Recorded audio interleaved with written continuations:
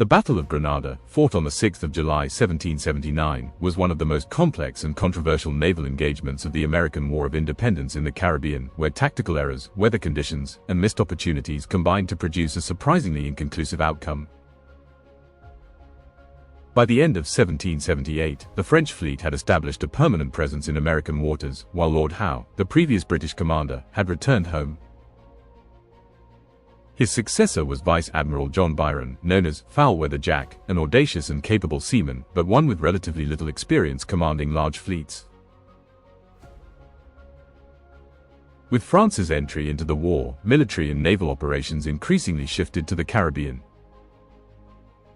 Since May 1778, the British Leeward Islands station had been under the command of Rear Admiral Samuel Barrington, whose force was initially small and in poor condition, consisting of only 2 ships of the line and a handful of smaller vessels. In December, however, Barrington was reinforced by Commodore William Hutham, who arrived with 5 additional ships of the line, 2 frigates, and 5,000 troops under Major General James Grant. This expeditionary force captured St. Lucia and successfully defended it against French Admiral Charles-Henri d'Estaing's attempt to retake the island. In January, Byron arrived in the Caribbean with the main British fleet, 10 ships of the line, and assumed overall command. Barrington, in a display of professionalism unusual for the period, willingly accepted the role of second in command. In February, both sides received further reinforcements. 7 ships of the line under Commodore Joshua Rowley joined Byron, while d'Estaing received 5 additional ships. For 5 months the 2 fleets faced each other between Martinique and St. Lucia. In June, however, Byron was forced to sail to St. Kitts in order to protect a large merchant convoy bound for Europe.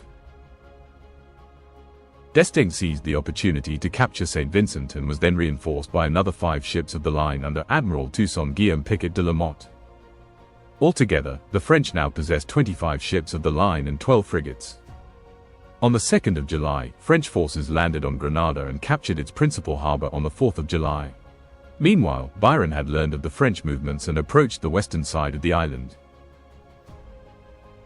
Lieutenant Duckworth, sent to reconnoiter Martinique, reported that 13 enemy ships were still there. Byron therefore concluded that d'Estaing's force was substantially smaller than his own and prepared to attack. His intelligence, however, was disastrously wrong. On the 3rd of July, Byron departed St. Lucia with 21 ships of the line and 28 additional vessels, including transports and merchantmen. He arrived off the northwestern coast of Grenada at dawn on the 6th of July. The French fleet lay to the south in St. George's Bay. Warned of the British approach, the French began preparing to leave the bay at 4 o'clock in the morning. The wind was light from the northeast, conditions that were unfavorable for orderly maneuvering. The French, standing out of the bay on the starboard tack, slowly formed on a north-northwesterly course, still in imperfect order. Their line gradually lengthened, with a rearguard that was initially disorganized and vulnerable. The British approached from the north along the coast on the port tack, but in a highly irregular formation. Although faced with an enemy still deploying, Byron did not order the fleet to form a line of battle. Instead, he signaled a general chase, allowing his ships to advance at maximum speed without maintaining proper cohesion. His intention was to exploit the French disorder by striking the rearguard before the enemy line could be fully formed. The immediate consequence, however, was that the British van separated from the rest of the fleet. The 3 leading ships, the Sultan, the Prince of Wales, carrying Barrington, and the Boyne, benefited from a slightly stronger breeze and rapidly closed with the enemy. Around 7 in the morning they began receiving French fire, initially withholding their own in order to approach more closely. By then, however, the French line was steadily consolidating, and what Byron had hoped would be an attack against a disorganized enemy was becoming an engagement against an increasingly coherent battle line. It was at this point that Byron realized he had gravely underestimated the enemy. Instead of facing an inferior force, he found himself confronting a fleet of 25 ships of the line. Nevertheless, he maintained the signal for general chase while also ordering close action. Barrington, obeying his orders, attacked the French rearguard. His 3 ships were forced to endure the fire of a far larger number of opponents before they could effectively reply. After reaching the tail of the enemy line, they turned in succession onto the same tack as the French and began sailing up the line from rear to front. During this maneuver, the Sultan lost speed while attempting to pass astern of the last French ship and deliver a raking broadside. The French vessel, however, bore away to leeward, and the Sultan, unable to follow, turned instead and rejoined the other British ships. Meanwhile, the remainder of the British fleet failed to support the action effectively. Some ships fell behind for lack of wind, others found themselves in unfavorable positions. In particular, the Grafton, Cornwall, and Lion became isolated to leeward of the main fleet and were subjected to the fire of much of the French line as it passed them. All three suffered severe damage and were forced out of the battle line. The battle consequently assumed a fragmented character.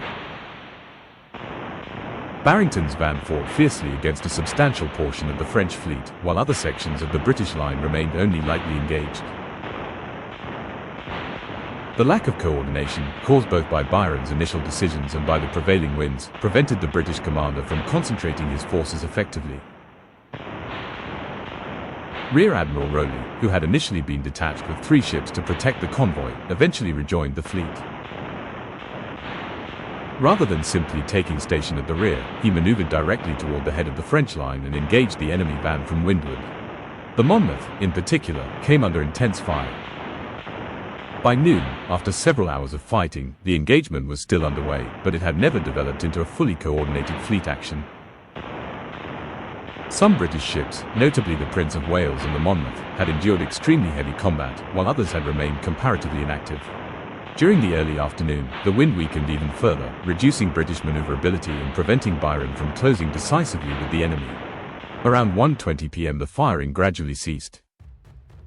At 3 o'clock, the French fleet, now in good order, wore ship and headed back toward Grenada.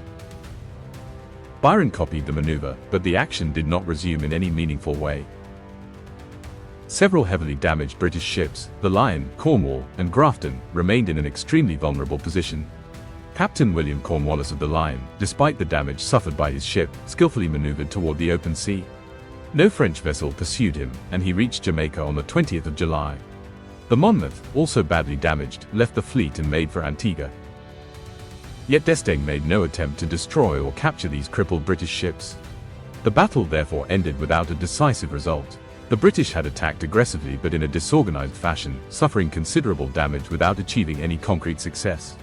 The French, despite maintaining better cohesion and enjoying numerical superiority, avoided a decisive engagement and failed to exploit the advantage they had gained. In total, the French suffered slightly heavier casualties than the British as a result of superior British gunnery, 190 killed and 759 wounded against 183 killed and 356 wounded, but they had severely damaged 4 enemy ships and inflicted a serious blow on Byron's fleet. Remarkably, however, none of these vessels was captured, and the battle cannot be regarded as a clear French victory. D'Estaing had been presented with an opportunity to strike a major blow against British naval security, the first truly significant French naval victory since the age of Louis XIV, yet he allowed the opportunity to slip away. Despite Byron's mistakes and misfortune, the British once again demonstrated superior tactical effectiveness in close combat, and their confidence remained largely intact.